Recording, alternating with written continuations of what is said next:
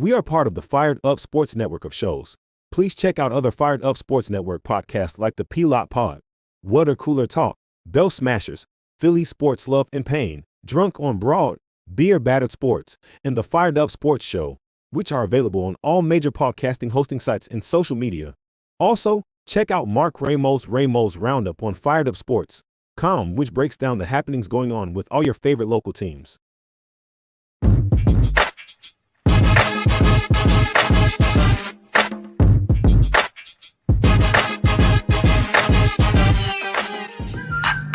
The Philadelphia Eagles are Super Bowl champions.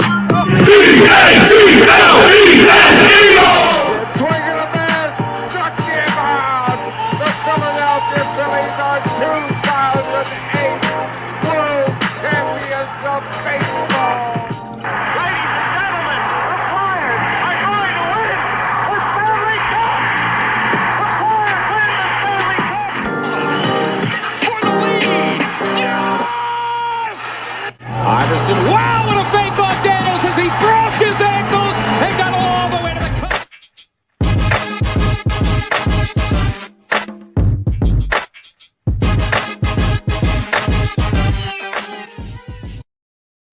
What up? What's going on? What's up, What up? fellas? Episode 166. What a...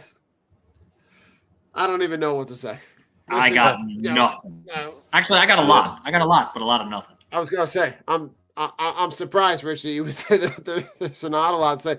You and I both thought that it could have been a lot worse than we thought. We were wrong. On the Eagles end, and Yeah. man, were we wrong? I'm taking that L hard. Yeah. It's Good amazing Lord. when you don't have linebackers. Did not see that coming at all. No. I don't know what they were game planning for because we all know what San Fran does and what they do well, which is 2-yard passes and make guys miss. So why didn't you game plan for the same film that we watch and the same games that we watch as they do? I didn't understand the soft zones again. I didn't understand the offensive play calling. I didn't understand just abandoning the run altogether. And I didn't understand the no pressure. If you're going to beat those dump off passes and those quick slants, you got to get pressure. And for the fact that Debo was able to torch you on 3 plays that were 2 to 5 yards beyond the line of scrimmage is atrocious. And you look at how unsuccessful we were at the second level and how unsuccessful the play calling was on defense. It just made no fucking sense. I couldn't fathom what I was watching. And then halfway into the third, I'm like, it's over. I'm like, it's done, whatever, move on to Dallas. I'm like, it is what it is. Do I think San Fran's the better team? No, I really don't. I just think that the Eagles got outcoached, and that's what's going to happen. When you get outcoached, no matter how much talent you have, the coaching is going to override that. And it was extremely frustrating to see. And listen, you think about the way that game started, right? That game could not have started any better for them in the first quarter. Yeah. Well, right? they scored a touchdown. I'm saying the way that it started defensively, you get 2 defensive stops, you get 2 3-and-outs. They're -6 in yards before that third possession. And I really think, and it's wild to think about the third possession. I think the game kind of turns on that third possession when you have them backed up inside their 20. You got them third. It was correct me if I'm wrong, but it was a third and long, third and more than 10. It was like third and 12, third and 11. 12. Right, because it was like 3rd and 7. They have a 5-yard penalty. They so 3rd and 12. And they convert. They get 15 yards. And they get just a first march down. down. And and you didn't see them get a stop. I don't think the rest of the game. No, I mean, it was punt, that, touchdown, touchdown. 6 for 6 in the red zone. 6 consecutive drives All with touchdowns that Yeah. all end in touchdowns. The only drive the rest of the game that doesn't end in a touchdown is the one where they kneeled on it at the end of the game. Yeah. Just to me, just so many parts that are just so frustrating because you look at the way that the game could have started. I think the trajectory of that game, Rich, you said it, was in the first quarter when you have your drives that you consume a lot of the clock and really control the ball, and those drives end in field goals. And their drives, they get 2 shitty possessions. If you go up 14-0, you make them have to throw the ball downfield. Correct. You make them change their game plan. Yep. But you didn't do that. You were incapable of doing that. And let's be real, guys. Our defense has been trash pretty much half of the season. Our defense is not. Yeah. What's up, man? Yeah. And the fact that Desai does the same bullshit layoff soft zone makes no fucking sense. It's been trash. I absolutely hate it. And you don't have linebackers. So why are you playing zone? Why aren't you man blitzing? Why aren't you forcing them to throw the ball to the outside? You're doing none of that. You literally played into the hands of the 49ers and gave them the middle of the field and the short, quick routes by playing off of them. You're not catching Debo in space. You're not going to fucking do it. You press up on him. You get around the blocks. You make some fucking plays. It's not that fucking hard. We all knew the game plan on how to beat San Francisco. Yeah. How the fuck do the coaches not know that? This is what I don't understand. And it's not about being the smartest guy in the room, because you don't have to be the smartest guy in the room. You play to your team's strengths. You know what the other team does. Brock Purdy does not throw the ball down the field. He does not throw 30-yard air yard passes. No, he's about 8 yards. He's about 4 yards. He's about 5 yards. But if you have to make them throw the ball down the field. Make Brock Purdy make mistakes. Instead, you said, here's the game. It's on the silver platter. You want to fucking take it? Go ahead. It made no sense. Like, I'm watching this game, and me, my dad, and my buddy Pat are calling out fucking plays. We know what they're doing. How do the Eagles not know what they're fucking doing? It's the same shit every week with them. They run the same fucking play. They just switch the personnel. It's not fucking hard. No, it's not. It's not that. And that's that to me is where I think, you have to see a change. You have to see a change in the mindset defensively. And I think, we're going to talk about it after the break, but like that, the importance of this Dallas game just shifted monumentally, because this game now is probably going to determine who wins the division. Yeah. So I think, Joe, talk to me on just your overall thoughts on this game, because this is therapy right now. This is football therapy. This is pain. This is the epitome of pain week for sure. Yeah. Going into that game, our team versus their team, our offense versus their offense, their defense versus our defense. I don't think anybody expected it to be a blowout on their end. If anything, it was going to be a neck and neck game, and somebody was going to come out with a close victory at the end. But the first quarter we dominated, like you guys were saying, but I think their coaching staff, offensively and defensively, made adjustments, in-game adjustments. They get touchdowns. They're 6 for 6 in the red zone, 6 for 6, and they're all touchdowns. San Francisco was 8 for 11 on third down. And some of those third downs were third and long. you've got to find a way to get off the field and in-game adjust. And I decide didn't do that at all. You're getting torched on those little short passes. You have to follow, spy on Debo, spy on McCaffrey. There should be somebody who's relegated to those guys. And Purdy, it's a timing offense. You've got to get Purdy off his spot. So where was the blitz? Yeah, I understand you have an issue with a linebacker position, but there's got to be somebody you can send through there on a blitz to just make him take an extra step or hesitate on the throw. But that certainly wasn't the case. Offensively, why even have a running back if you're not even going to give him the ball? You have 8 rushes the whole game for the running back position. It's inexcusable. You want Jalen to throw the ball 43 I don't care what their defense is they're running. You have to adjust, switch up your run game, try a different play, try a screen pass to the running. Swift needs to touch the ball at least 15 times a game, 15 to 20 times a game, every game. You can't bubble wrap the guy. You need to just let him loose. We're trying to win the division. We're trying to get the 1 seed. You have to, balls out. You got to go balls out, and they did not go balls out in this game. I think you look at the production that he had and look at the production that he had in weeks 2 and 3. Right, he rushes. He rushes for. I want to say, I saw the stat today. I think over 400 yards in those 2 games. Yeah. Like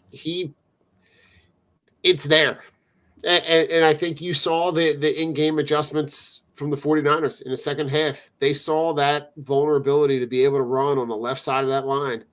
And there were a couple times where they would run the same play, like 4 or 5 consecutive plays. In a row. Just run to the left. Yeah. 6 yards, 6 yards, 5 yards, 4 yards. And I think there was a frustrating possession for me when they had first down, they run the ball, they get like 6 yards. And then they pass. Both incomplete, and then they punt. They never stayed with it long enough to be able to get it going, and that to me is beyond frustrating because now you're talking about you have the opportunity to be able to maximize your strength. Your strength is this offensive line. Your strength is the run game. Mm-hmm. And the fact that you're not doing it makes no fuck. What is Brian Johnson calling? Stop saying that short passes are an appendage of the run game. No, it's not. It's not. 2-yard outs are not an appendage because then you're at 2nd and 8. And guess what you're going to do at 2nd and 8? You're going to fucking throw the ball. We're not dumb. Get those chunk plays, man. Swift can break one. You get 8 yards on first down at 2nd and 2. Then you open the playbook. And then 3rd and 2, hey, you can push. We've seen it done.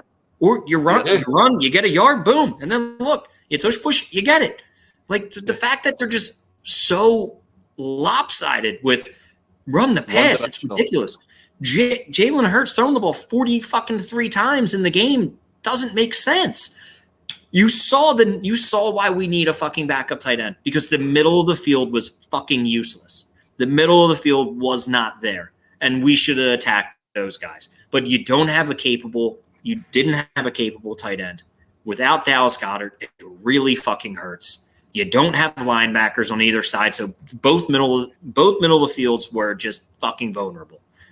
And it pissed me off watching Brian Johnson call the same fucking stupid plays over and over again that don't work. Jalen keeps rolling out of the pocket. How is nobody open? Yeah, the hero you saw, I think, some shades of that hero ball, right? Trying to just stay in that, hold the ball in the pocket, kind of scramble backwards. I mean, you saw that at least 3, 4, 5 times. But how is no one getting open? That's what I don't get. How are these routes are these guys running? Right. They rolled their coverage. They doubled AJ. They saw that the Eagles weren't trying and staying with the run game. So they doubled AJ and they played that bracket coverage and they were sticking them like glue. Now here's the problem, and some people are going to agree with me. Some people might have a problem with it, but for this team to run the way and as effective as it's been at an elite level, there has to be play action or RPO plays during that game. just to keep the defense on its heels. You have to at least incorporate it at some point during the game. You can't run 5-step drop, 7-step drop, and just hope and pray somebody breaks open. Because with a defense like San Francisco, which is elite, they're built on speed, they can cover. They're gonna hold those blocks. You have to have quick passing game, screen passes, slants, RPO, motion. Like, where's the motion? At least try to make them think that another play might be coming. You have San Francisco does it every game, all game. McCaffrey goes in motion, or Debo goes in motion. Debo runs behind the quarterback. It does a circle. Like, as a defense, you have to account for that. And when you don't do that, when the Eagles aren't doing things that are going to throw the defense off, they become super predictable and one-dimensional. I couldn't agree with you more, Joe. I mean, like, you look at you look at the way that they were able to get guys in space, like the routes that they would run for McCaffrey to be able to get him in space. Those short, like Brock Purdy, like, you look at the stats, like Brock Purdy throws for 314 and 4 touchdowns, but like, he didn't make like buttonhole throws. Like, no, guys were schemed open. Guys were fucking wide open. The guys were wide open. Like the one play. So like after they don't get the conversion, right? The 49ers get the ball back. That Debo, they go down and score the touchdown. But then the game at that point, I think that was who scored that touchdown. They get within when the Jalen Hurts tush push to get it from 21-13. 21-13. Sorry. And right after the sideline altercation. Correct. Right. Big Dom getting himself right in the middle of it. Right. The South Philly security right there. But he, pretty bad when the guy who didn't even suit up had a lot to say about the interaction between the players on the sideline.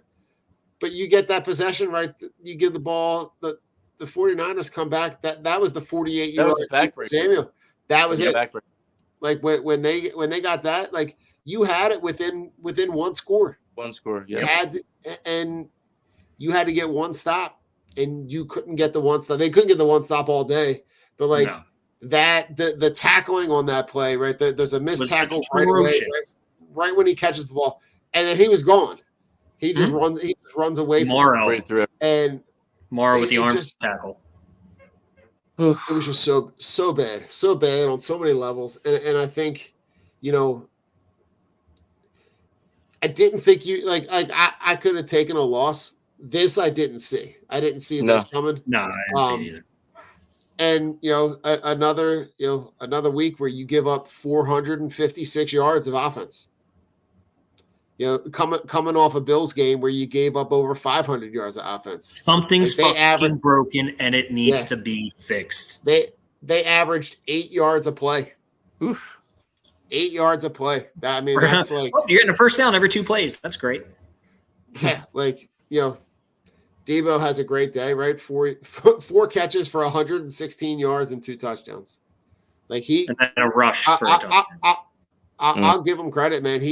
He talked his shit. Backed it up. He came in here and backed it up, and I'll never fall to guys. I can't even give him credit because we fucking sucked. We didn't tackle. Like, I want to give him credit, but it's not like he caught a bomb. He just was in space, and guys couldn't tackle him. Yeah, I mean, and they got Kittle. They got Kittle in the pass game. They got him involved. Like, you just saw them get their guys involved, and we got never did that without Vaseline. Yeah, they bent us over, spit on it, and fuck us. That's what they did. Like, it was an old fashioned, like, this is what's going to happen, and you're going to take it. And we're like, yeah, sure. They took us to the woodshed, and it was fucking terrible. Like, it was so bad. Yeah. And that's what I said halfway through the third, when basically after the big Dom thing, we're all fired up. We get a touchdown. And then as soon as they just boop, I'm like, it's over. I'm like, there's no fucking way. I understand these guys are ultimate competitors, and we're in it to the end, and never say die, don't give up, and this and that. But why in the fuck were the starters in the game with 3 minutes left, and you're down by that made no 20, sense. 20. And Jalen Hurts just gets out of the blue tent, and he just gets out of the blue tent. You stick the guy out there when the game's out of reach. Like, but by the time he came back in, it was already a 3-score game.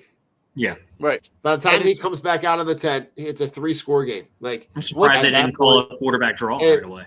And DeAndre Swift, right? That last play where he's on the field, and he gets he's not on the injury list. Okay, yeah, he's good. I'm assuming he's okay, but he got fucking whacked.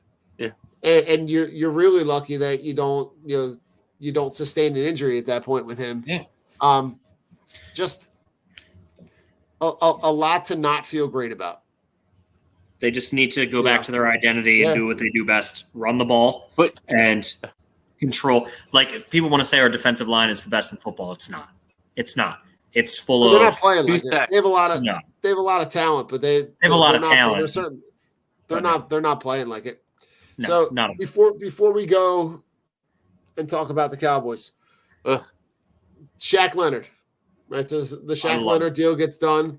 You bring him in. You bring him in for a half a year. All upside. Because the depth that they have, I think you get a lot of leadership. I think you get a lot of depth. You get a guy who plays him, and you get a guy who's long. You get a guy who's been really productive at this level.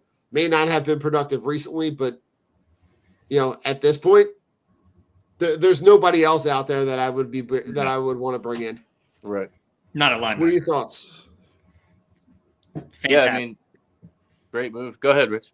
No, you're good, Joe. I'm just saying my theory is fantastic. That's we need it.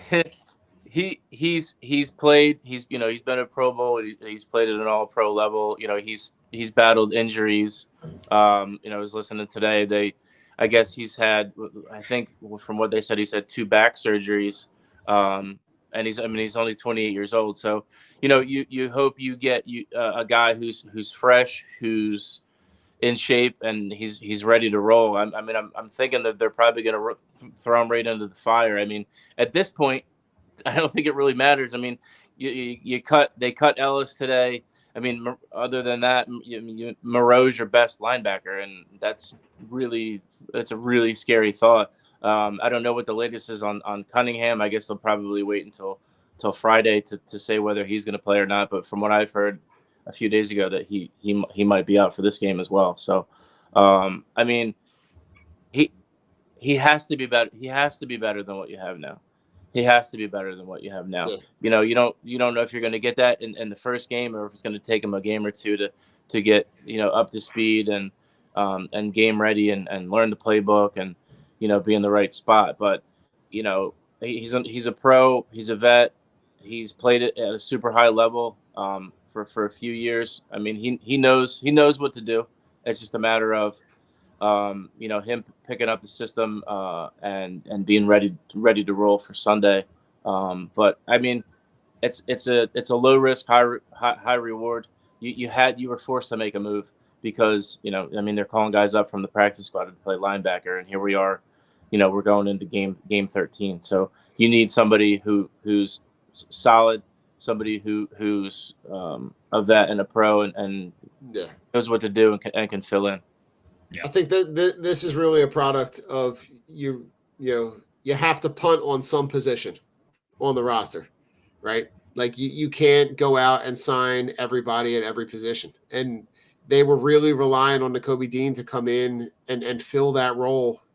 And he just, for this year, just hasn't. Like when he was on the field, he was okay, but not super productive. He essentially lost, by injury, lost a spot, and then is going to be out the rest of the year. But you really put all your eggs in that position. You put them all on his basket, and it really didn't work out. And you can see kind of where they're piecemealing everything together to literally just try to get vet, some kind of vet production from that it wouldn't surprise me if this is a position that they address early on in the draft next year. And not to fast forward to April, but I got a guy in mind. I know where you're going. I got a guy in mind.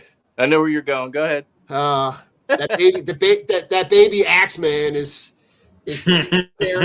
tearing things up at Clemson, and the mentality of putting a guy like that in the middle of your defense, if he can play half as well as his pop did, he'll be 10 times more productive than any dude they got on his roster right now. It'll be beautiful. So is his NFL nickname the Hatchet? Oh, it could be. It could be. With the little bit of the interest in Zach Ertz that they've shown, it looks like that deal is inevitably getting done. I know there's there were talks of Buffalo and Baltimore, and I saw something with San Fran today that those were teams that were kind of in the mix. Baltimore's out. Okay. So it seems like the Eagles are kind of the logistical, logical landing spot. He's 12 catches away from Harold Carmichael, and right. Being that I feel like there's too many things saying it's not a logical spot. Yeah, and they need and it's a position in need right now because I mean, he's 33. Mm-hmm. I think he's healthy. I don't know. I know he was on the injured list for a while, but here's my thing. He's not going to come in and light the world on fire, and he's not going to come in and be the Zach Ertz that we had when he was here. But you look at the tight end position. You have Goddard, you have Stoll, you have Calcaterra, and you have Alberto, who's has gone missing since he's been traded here. I think he kind of helps out in the blocking game and that, but he gives you nothing offensively. I think this past Sunday was the first time they actually tried to throw him the ball, and it was incomplete. But the game was out of reach at that point. But I think he knows how to play. He knows how to be effective, and I think he could be effective enough to be a legitimate 2/3. Stoll is more of the blocking tight end, but and you don't know what you're going to get with Goddard. Is Goddard going to be how many snaps is he going to give you coming back?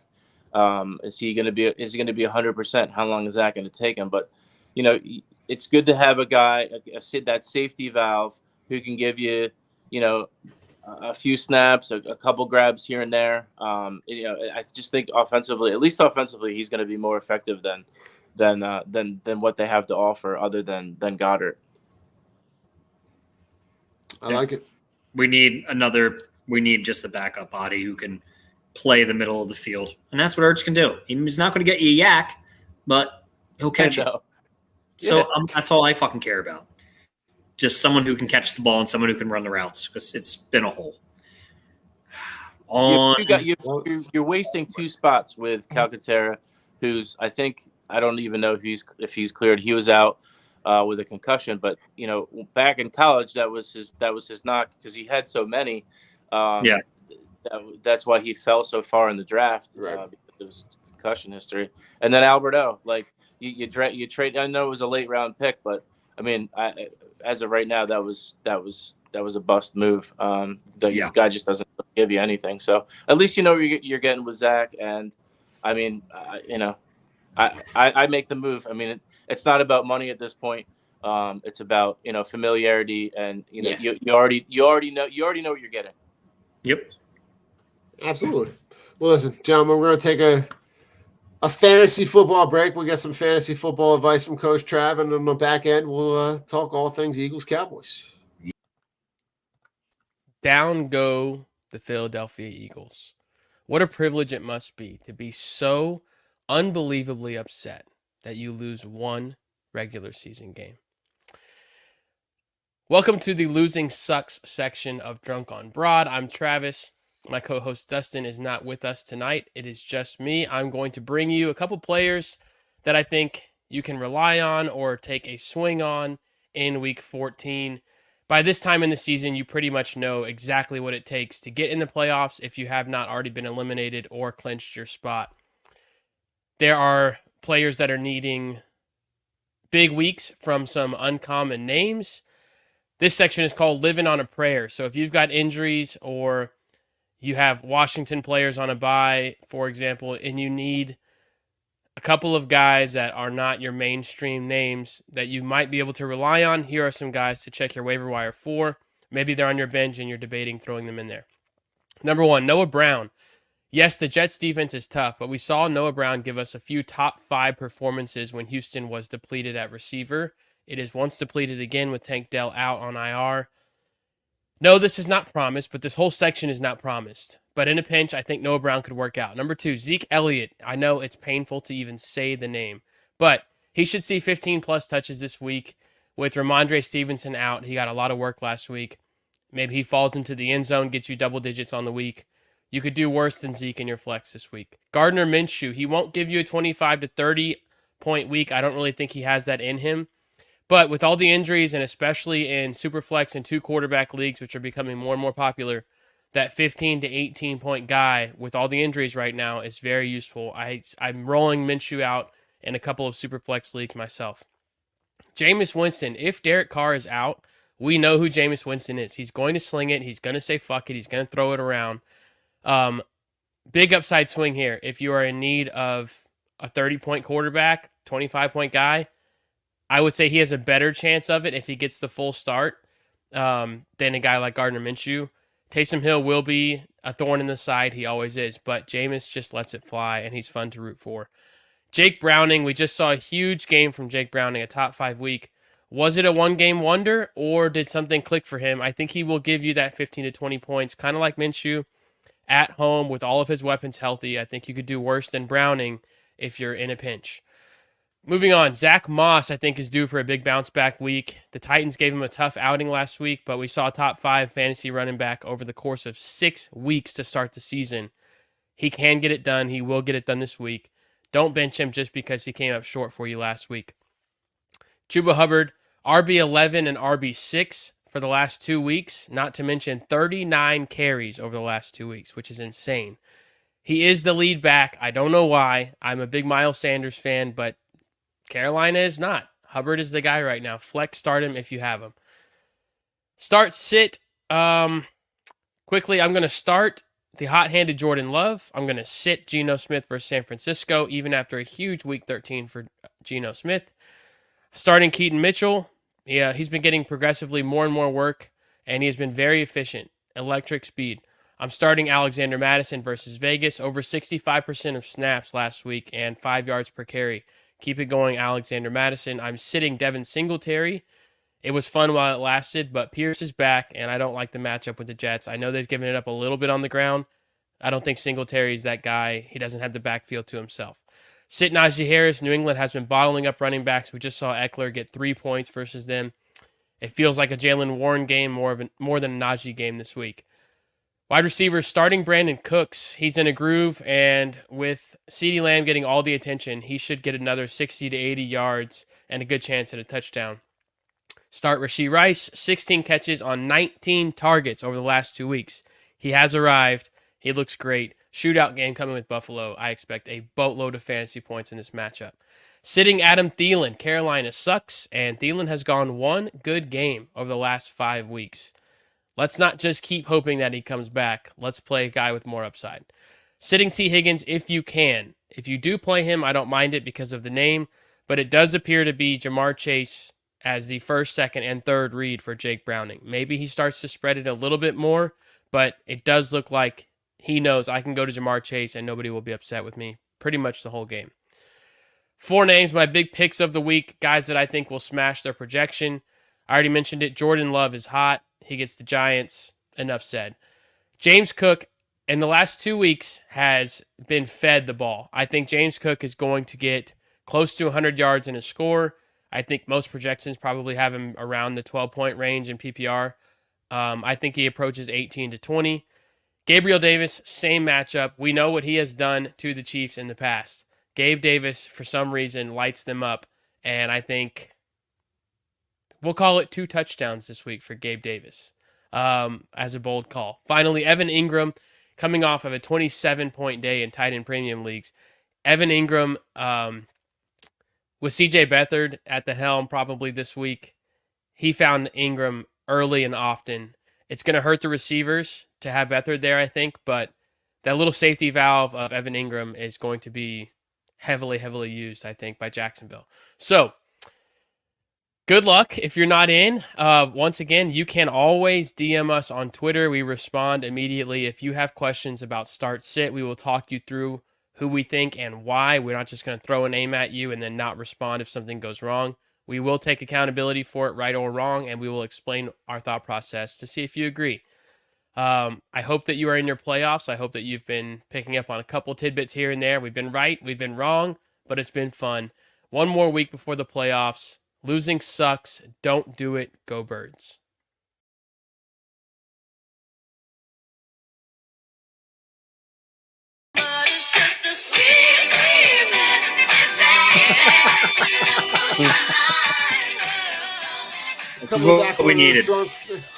Coming back on those drunk fantasies, Rich. Yep, that's what we needed.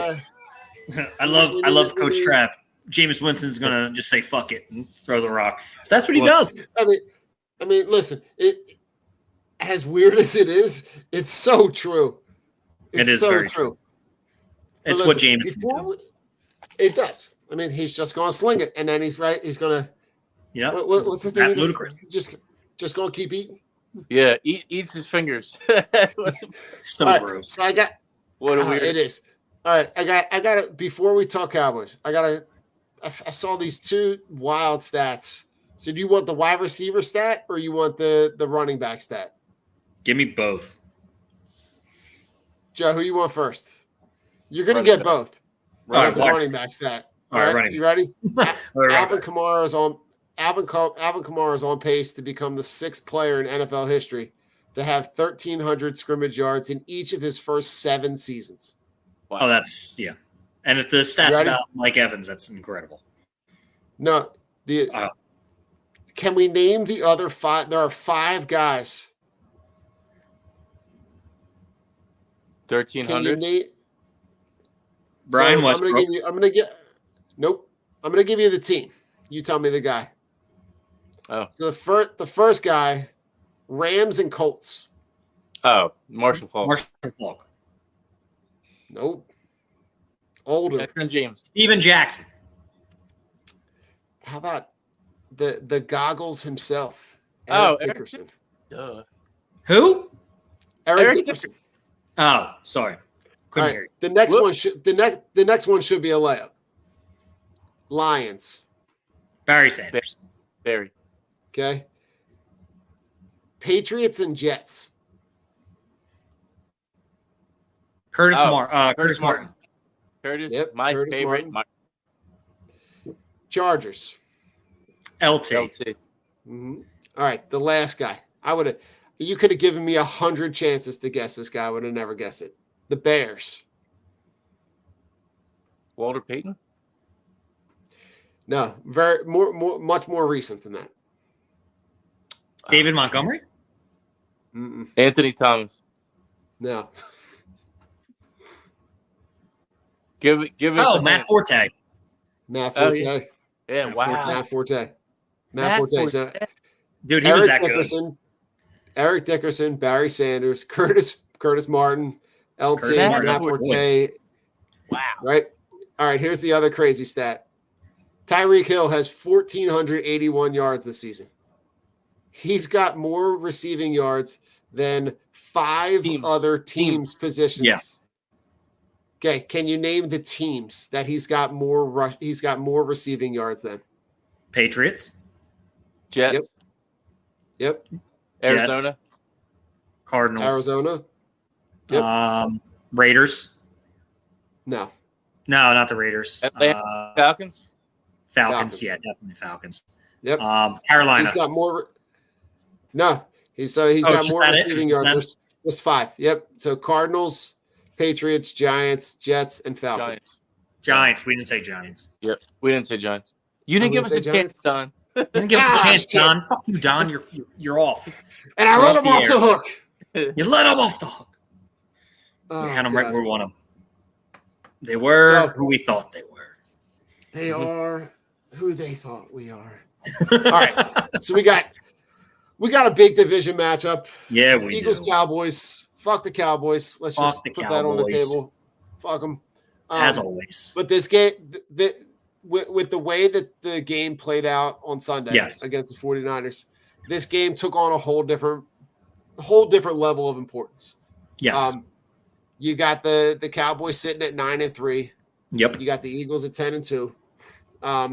You don't want to be going down the stretch. Now, down the stretch, your schedule does lend itself. You do have 3 cupcakes built into the back end of that schedule with the Giants, Cardinals, and Giants at the end of the season. Yeah. But you just don't want to this game almost just as important at the time as the first Cowboys game.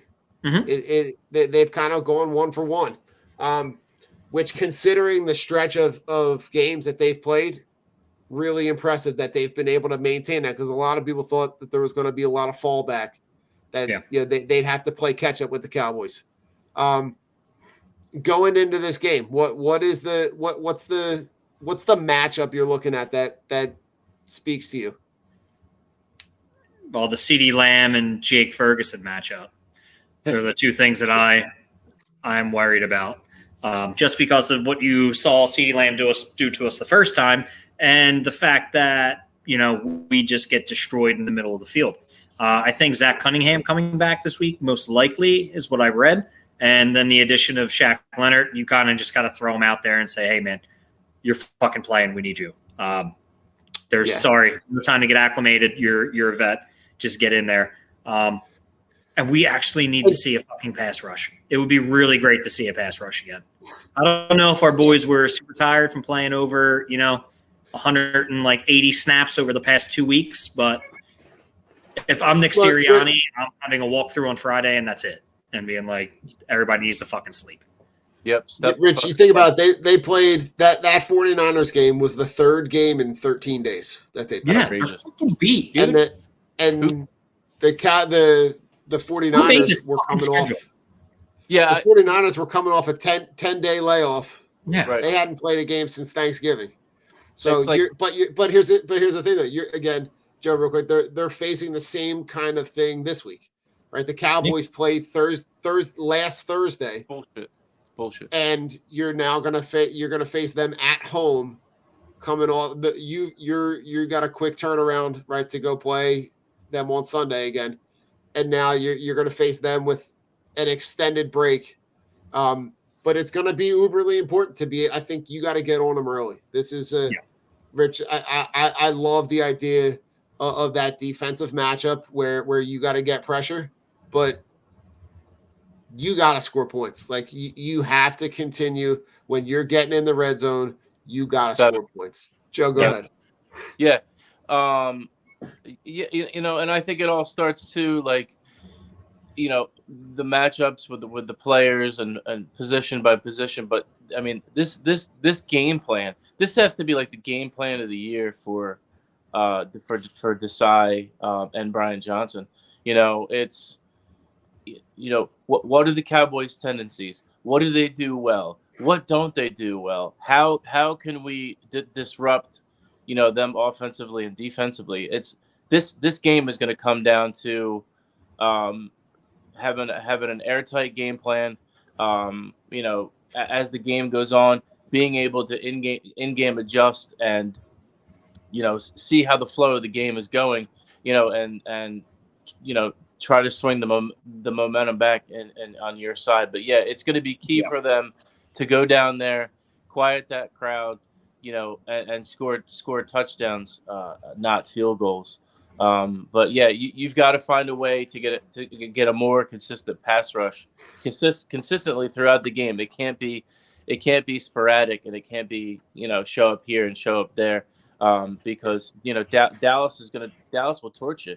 Dallas would, with Dak, if Dak has time and Dak can go through his progressions and his reads, he's going to kill you.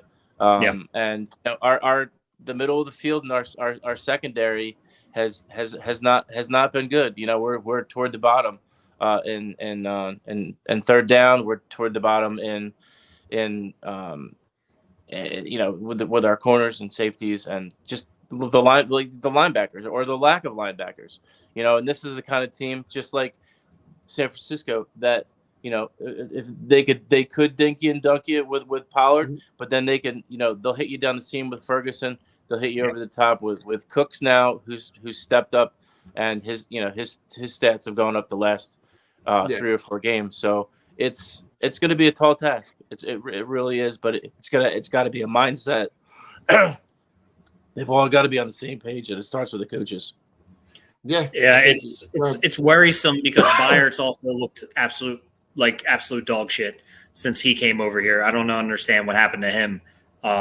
But again, I think they're just not playing. It's coaching, and it's all going to come down to coaching. If you get out-coached by Mike McCarthy and Dan Quinn, then there's just something wrong with you. 2 retreads, yeah, Dan Quinn's done a great job with that defense, but Mike McCarthy's a fucking boob. You can't get out-coached by Mike McCarthy, and you can't let Dak throw for 400 yards on you again because you're letting this dude just light you the fuck up. There's something that has to change with this Eagles defense, and it's got to start literally with the coaching. The coaching needs to look themselves in the mirror and say, okay, who are their best weapons? How do we stop them? Let's stop CD. Let's stop Jake Ferguson. Let's stop Tony Pollard. If you can put a blanket on 2 out of 3 of those guys, you win the game. Let Brandon Cooks, Michael Gallup beat you. Let Tony Pollard on the ground beat you. We just can't keep getting torched through the air, and we got to come up with some third down stops. Our third down defense needs to be better. Awful. Stop with this off-the-ball press bullshit, send 4. You're not getting home. You're not getting pressure. What's the point of repeating the same shit when you're doing basically the definition of insanity? You want those different results? Change it the fuck up. Wake your defense the fuck up. Yeah, you're tired, but guess what? You're playing for a fucking 1 seed. Win this game, win next week, and then fucking coast the next 2 games. It won't even fucking matter. Get the win. Let Dallas fucking worry because they have a tough schedule coming up. It's going to be tough for them. It's going to be tough sledding.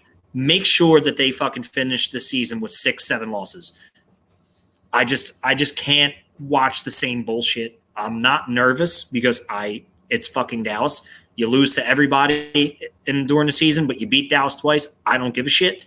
I'm not worried about it if the Eagles coaches get their heads out of their ass. And I think this was a real wake-up call. You got fucking boat raced at home. Mm-hmm. They need to look themselves in the mirror and say, shit needs to change.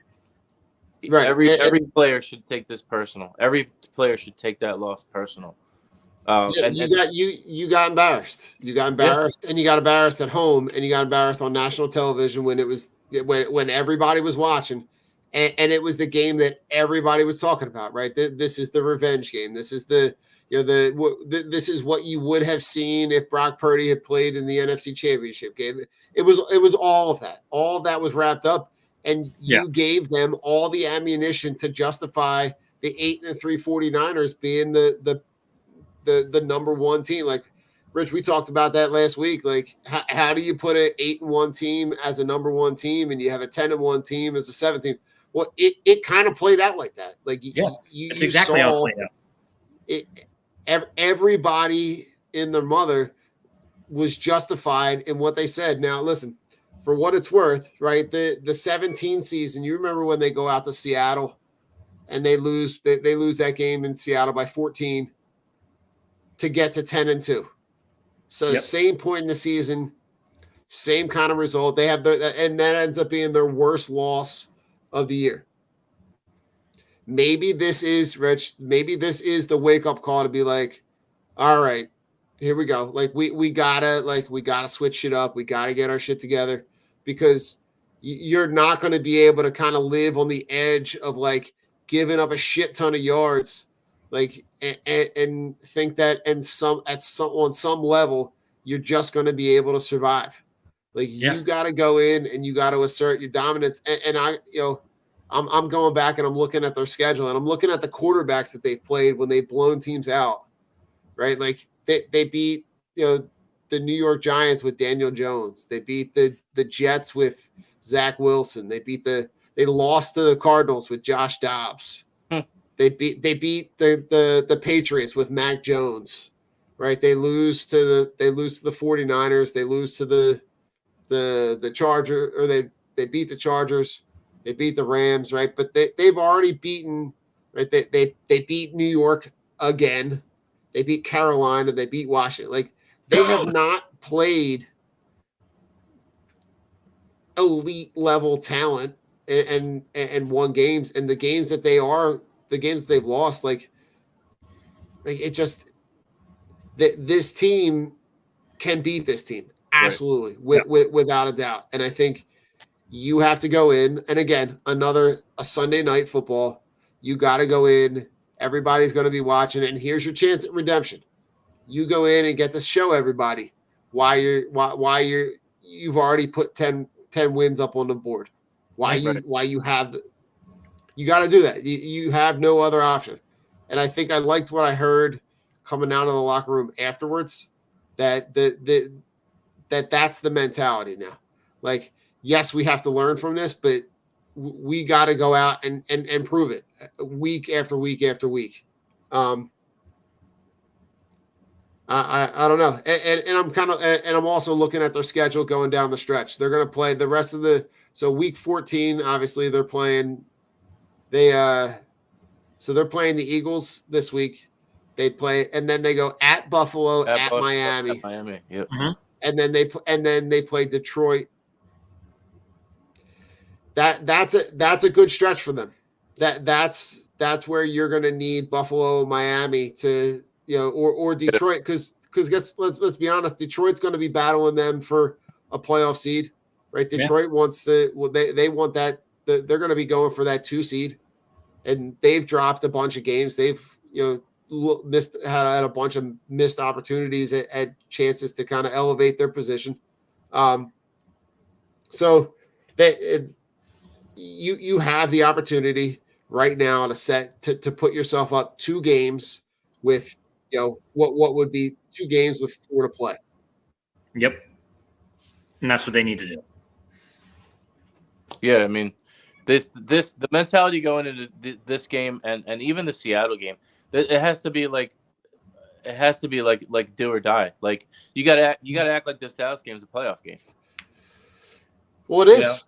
That's got to be in all intents and purposes. It is. We lose, we're out. We lose, and we probably lose. There's a really good chance we lose the division.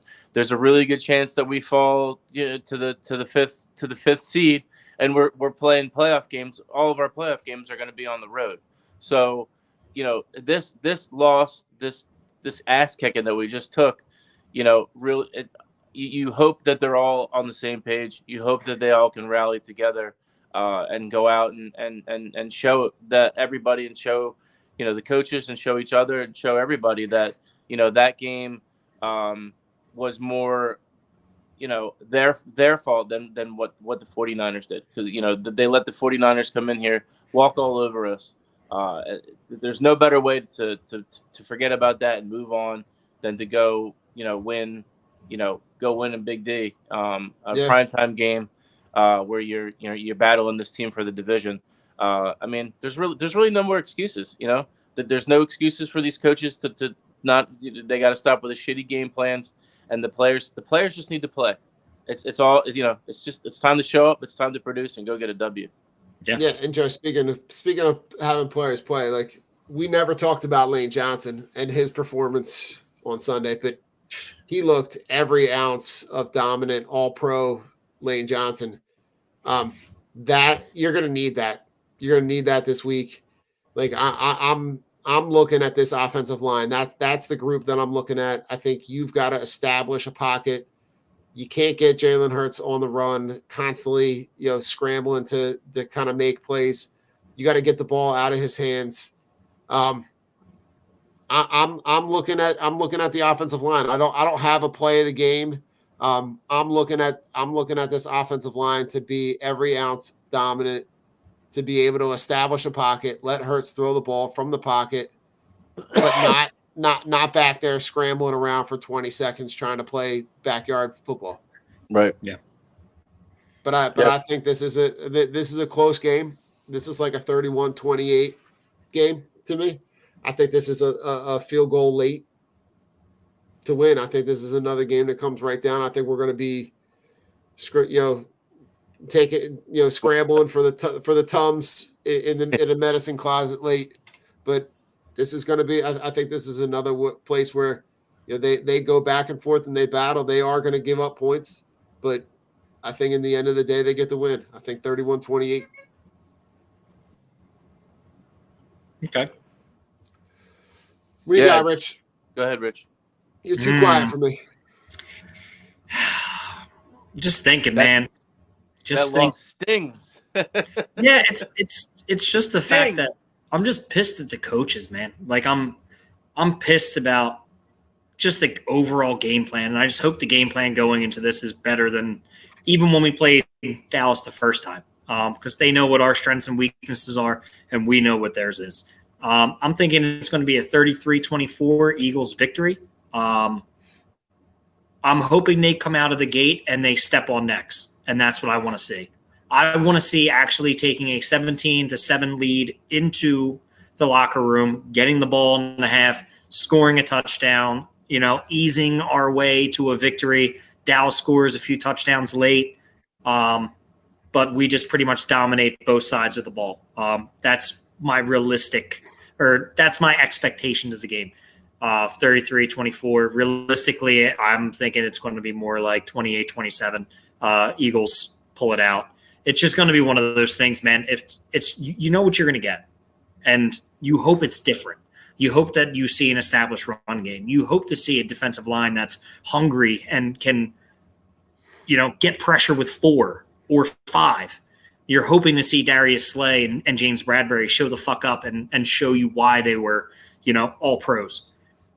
That's the shit that you want to see, because it's been missing all season, and it's going to bite you in the ass come playoff time. We have the perfect opportunity to leave this, 2 games ahead and rolling into Seattle, which isn't the same Seattle team that, of last year. Geno's not his homecoming, and his honeymoon is over. You need to win this game. This is a must-win, do-or-die game with your season on the line. And you still have to keep pace with the Lions and make that Lions-Dallas game pivotal for both of those teams, so you can kind of coast into the playoffs knowing that you're the 1 seed and getting that bye, because we fucking need the Giants game bye, and we need the first round bye. So let me just throw it out there, 33-24, hopefully, realistically, 28-27. Joe, what do you got? Yeah, I mean, obviously, it's that rivalry, Dallas, Philly, and they always seem to. There's definitely going to be some fireworks. It's going to be a hype game. It's going to be back and forth.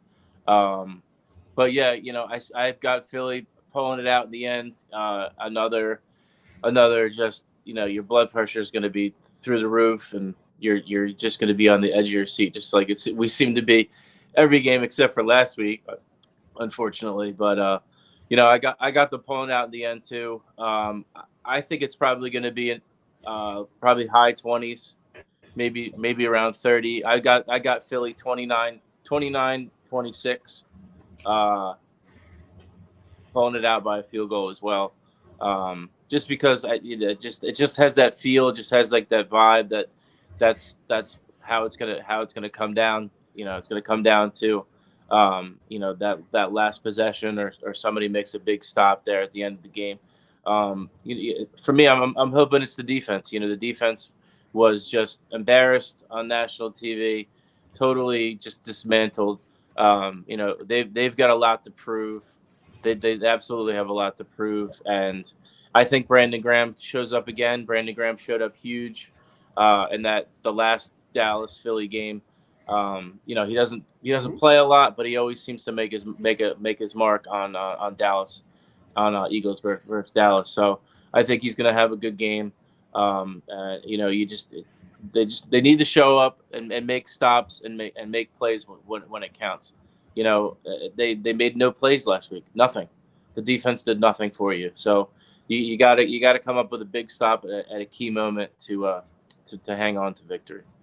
Yeah, I love it. Well, gentlemen, as we roll into final thoughts, we normally spend final thoughts sometimes throwing other people flowers. I'm throwing us some flowers. Yeah. Rich, I'm pulling some stats. You asked me to pull some Spotify stats. So our geographic locations. Take a look at where some of our listeners are coming from. Ireland, let's go. We got so at the top US, right? And then we got Canada. Let's go.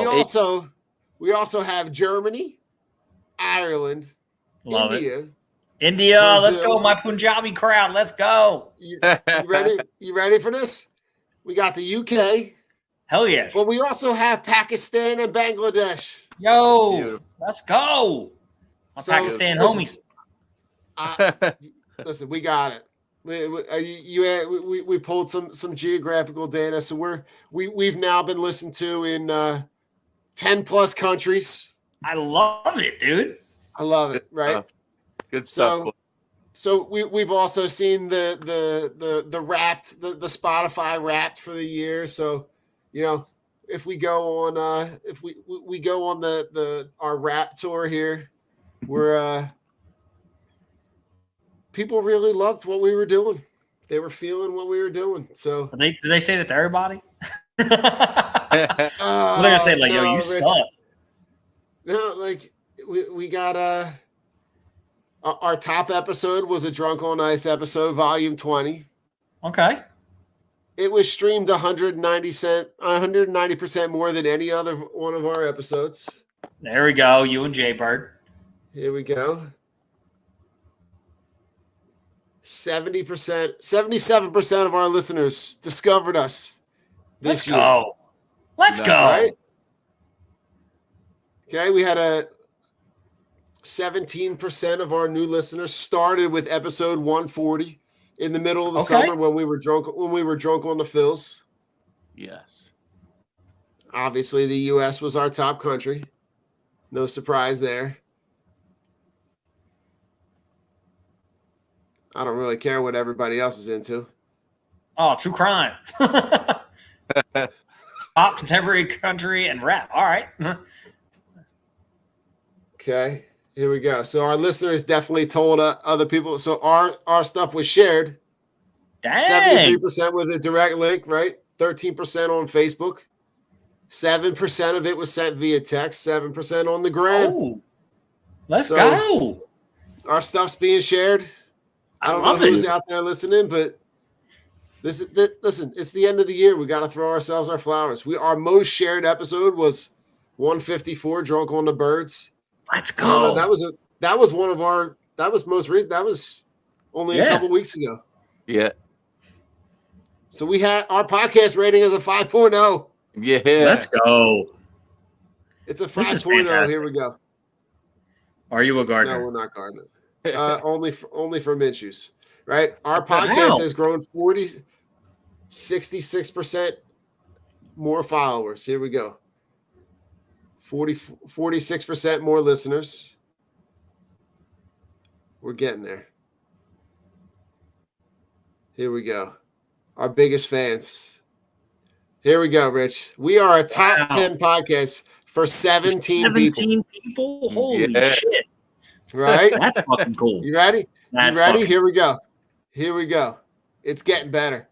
We're a top 5 for 13 people. Wow. Of those, yeah, let's go. Right? You ready? I don't even have Spotify, so I'm not one of them. Here we go. Here we go. Hold on. Drum. We are the number 1 podcast for 4 people. What? Let's go. Let's go. Yo, this is cool shit. Right? Great. Like, I like 4 people. 4 people. We are the number 1 podcast for 4 people. For 4. Oh man, I feel bad for those 4 people. They must be really drunk. Yeah, they got to be drunk. One of them's Croatian. Somebody in Pakistan. Somebody in Pakistan really enjoys us, and I love you, my friend.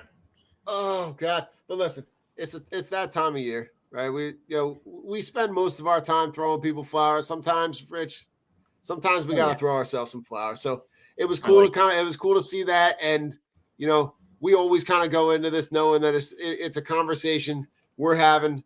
If somebody else enjoys it, somebody else gets something out of it, great. But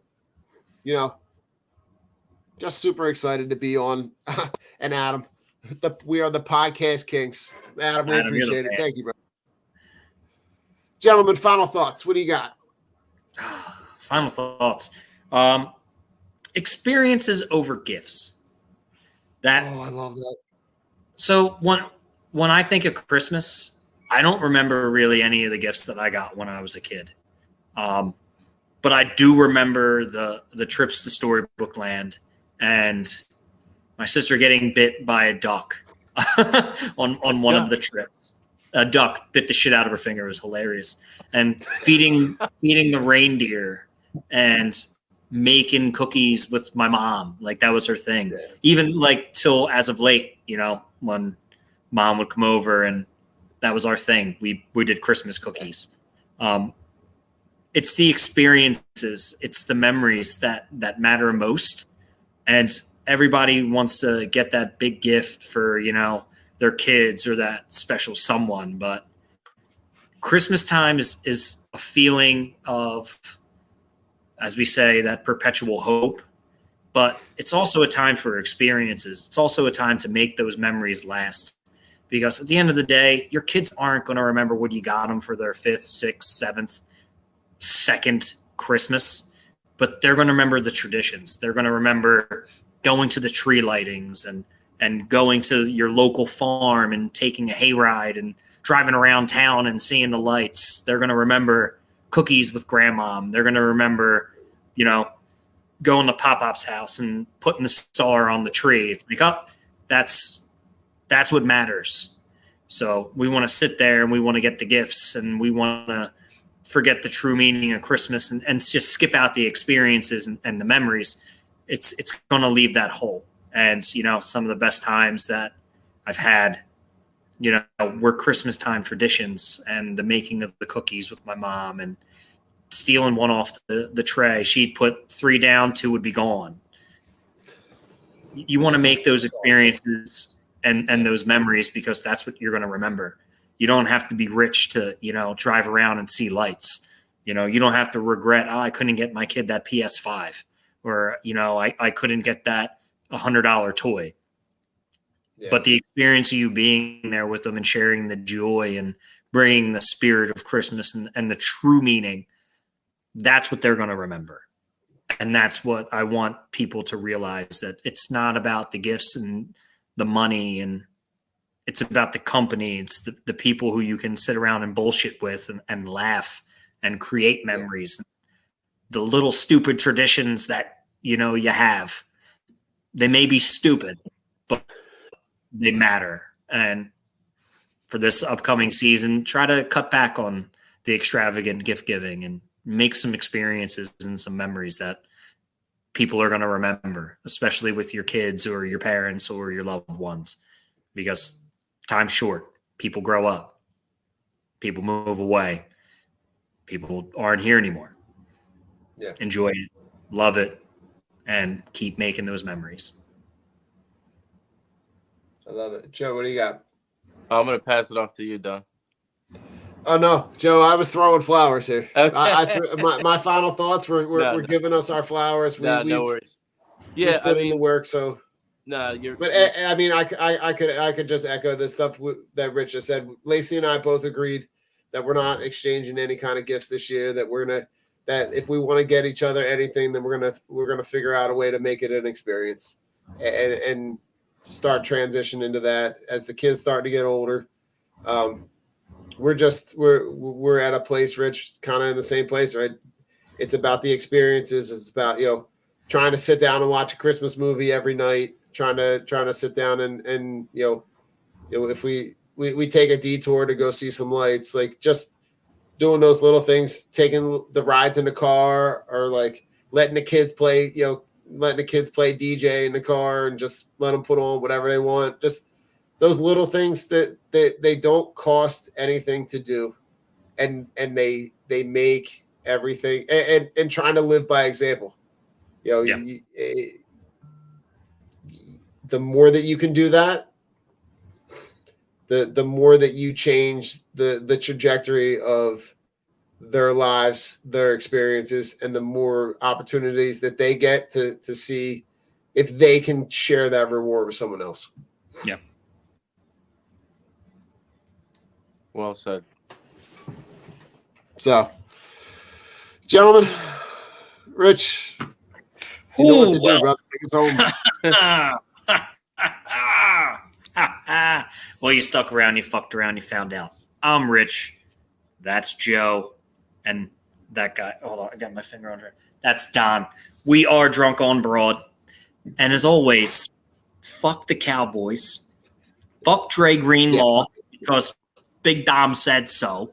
Deshaun and Watson, you can go fuck yourself. Spike Eskin, I got one for you. Davion Taylor, I'm throwing you back in there because Joe's here. Who? Who? Ben Simmons and your hip, you get one. Who? Harden, you get two. But in all seriousness, if you're not with us, aka the Birds, the Phillies, the Flyers, the Union, the Sixers, then you're against us. So fuck you too. And Bad Boy, fuck you too. We're Drunk on Broad. I love it. Peace out, We'll Philly. catch you next week. Later, Dallas sucks. After Dallas we talk about sucks! the Eagles win, because Dallas fucking sucks. Shout out Paxton. This is the Broad Street Line, where Philly sports fans leave all of their sports hot takes. Call 267-405-3062 and show us your passion for Philly sports. Don't forget to tune in every Wednesday at 8:30 when we listen to your live reactions to the thrill of victory or the agony of defeat.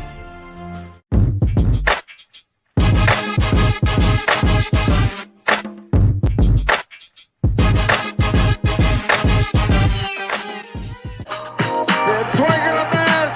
Knocked him out. The Philadelphia Phillies are 2